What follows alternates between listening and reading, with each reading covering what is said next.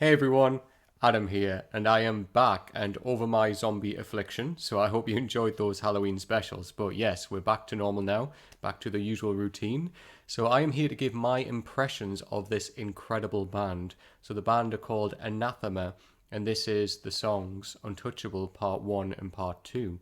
I was just going to do Part 1, but it's nice to do them both together because as a collective, both of them together, they're beautiful. So yeah, now Anathema, the reason why I am giving my impressions of them, I'm a big Anathema fan. I love their music. I've seen them live, and I saw them in a really intimate setting actually in Durham when they were maybe 2 meters away from me. We were right at the front. There was only about 30 people in there, so it was a really intimate little concert. It was beautiful, and we were really, really lucky to see them there, to be honest. The bad news about Anathema is that they are on a permanent hiatus now, which is a massive shame. You can read they have released a proper statement on their Facebook page, but I was gutted to read that, if I'm honest. I've followed Anathema for a long time, and I think that their most recent music for me was some of their best, especially their album Weather Systems, which is what this is from. So yes, let's see why I love them so much. So here we go. This is Anathema Live and Untouchable Part 1 and 2.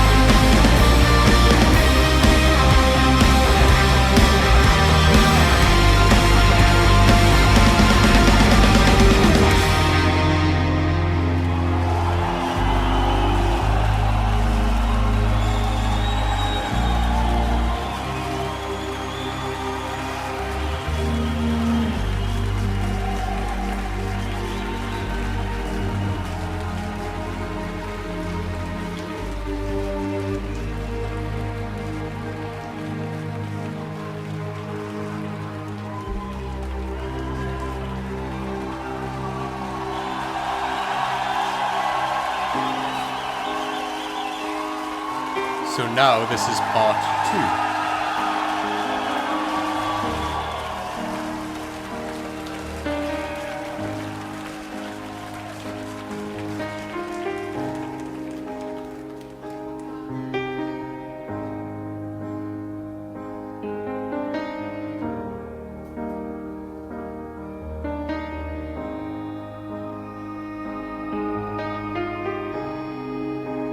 Why I should feel this way, why I should feel this way, why I should feel the same. There's something I cannot say, something I cannot say, something I can't explain.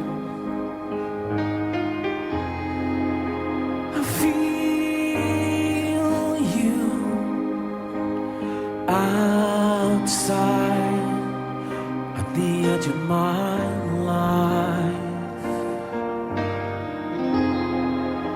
I see you walk by, at the edge of my side.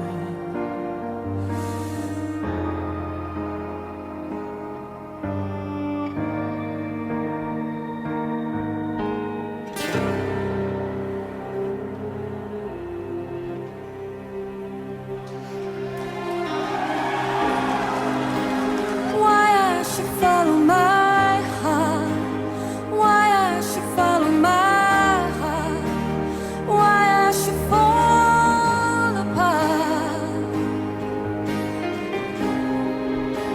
why I should follow my dreams, why I should follow my dreams, why I should be at peace.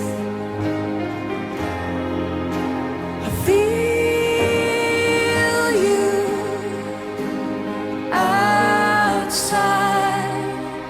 at the edge of my life, I see you walk by, at the edge of my side. I had to let you go to the setting sun. I had to let you go, find a way back home.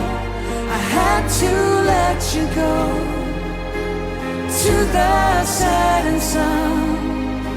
I had to let you go, find a way back home.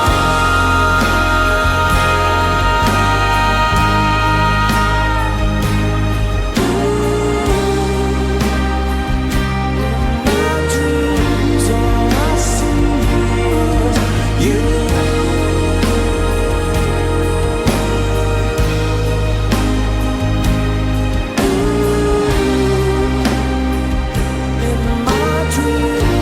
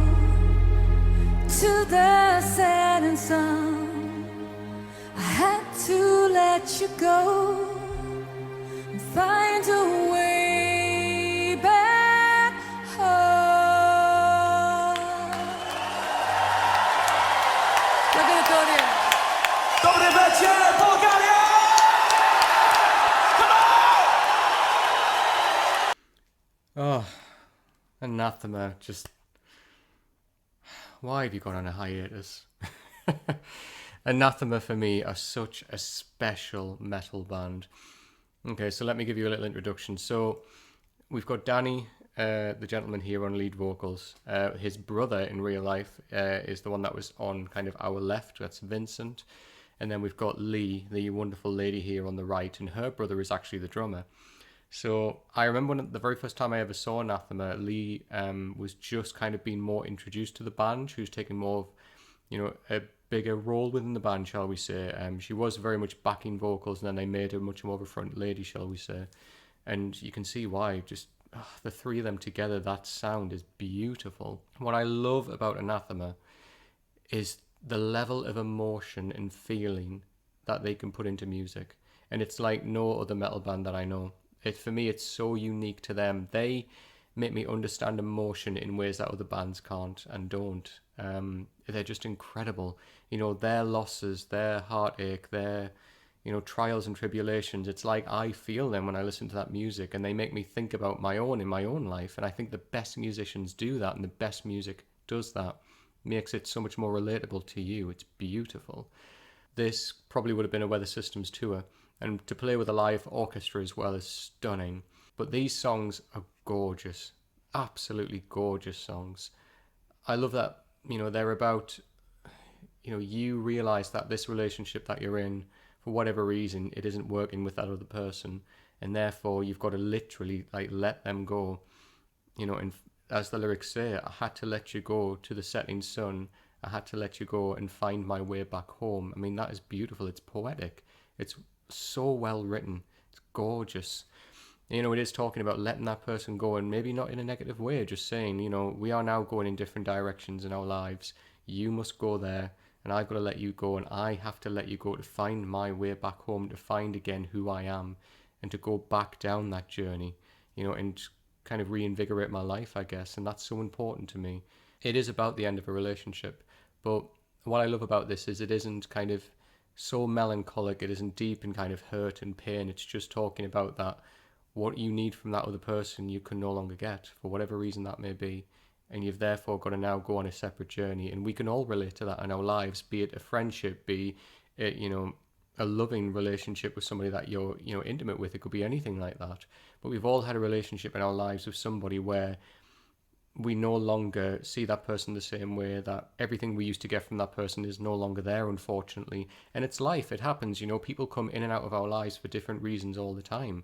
And it's the reasons why they come in and the impact that they leave in our lives is what is important and helps to kind of generate who we are as people. And I love that this song makes, you think about that, and it makes you consider those own kind of journeys that you've been on with people in your lives. It's incredible.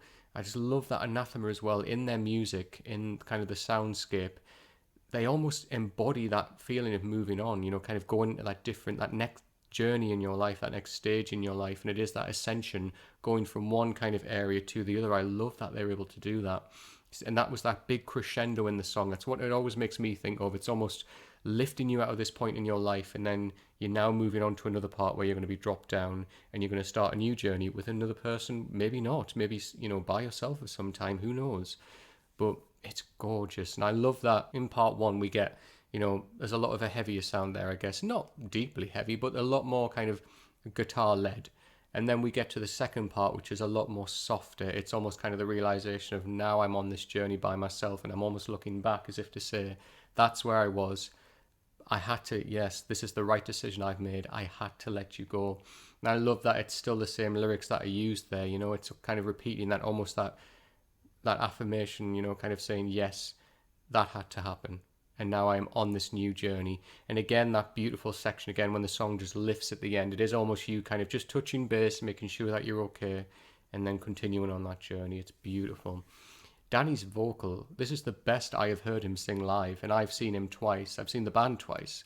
As I said, that intimate performance in Durham, which is really weird actually, because I just happened to be walking along the street and I saw a poster of all things on a door for an old nightclub that I hadn't been in must have been 6 or 7 years at that point. And I saw Anathema and I thought, what the heck, in Durham? And I know that they are a UK band, they're from Liverpool. I just never knew that bands performed in Durham. So when I saw the poster, I thought, no way. And then checked it out and I thought, wow, they're going to perform here. And I told my best friend and my other friend, and then we came to see them. And as I say, it was just, quite a small, intimate gig, but it was incredible. And then I saw them at a festival as well, at Bloodstock Festival. And that's when Lee was just kind of becoming more of a front lady in the band, I guess. And she did a bit of a solo then as well. And that was the first time we really got to hear her vocal. But yes, this is the best time I have heard Danny sing live. That vocal, when you listen to the studio version of these songs, it's very, very similar. He wasn't out of key at any point. He was just on it and just emotive again and just giving that essence of his beautiful vocal. And what's really nice with the differences between the voices is, Danny used to have a lot more of like that kind of harsher rasp to his voice. I mean, Anathema themselves have gone on a musical journey where they started off a lot more with a doom metal sound and right way back in the beginning of their career to then evolve into this progressive metal to now we get this sound which they are now, which is incredible. And then compare that to Lee's vocal, which is a lot... I love the timbre, the kind of texture of Lee's vocal. And it's interesting because, as I said for Anoni in her performance, and she's got that heavy vibrato at the end of her kind of singing of the notes, Lee does the same. And again, I'm not 100% on board with that personally. For me, it just hits the ear wrong and I don't like to hear too much of it. But the quality and tone of Lee's vocal for me completely outshadows that altogether. And I can look past it. I love that. And that was the same for Anoni as well. And I was listening to her perform, which was beautiful. And again, it's just something, it's a stylistic thing, which for me, it just hits the ear wrong, but you might love it at the end of the day. But I think the quality of her voice and how it complements Danny's vocal and how, she's able to harmonize with Vincent as well. The three of them together, I think, are such a beautiful powerhouse. And that little vocalizing section in kind of the first quarter of part one between Danny and Lee, and to be fair, Vincent as well, when you hear that just that part of the song is just beautiful. It's the start of the ascension, really, and I love that. I love it so much.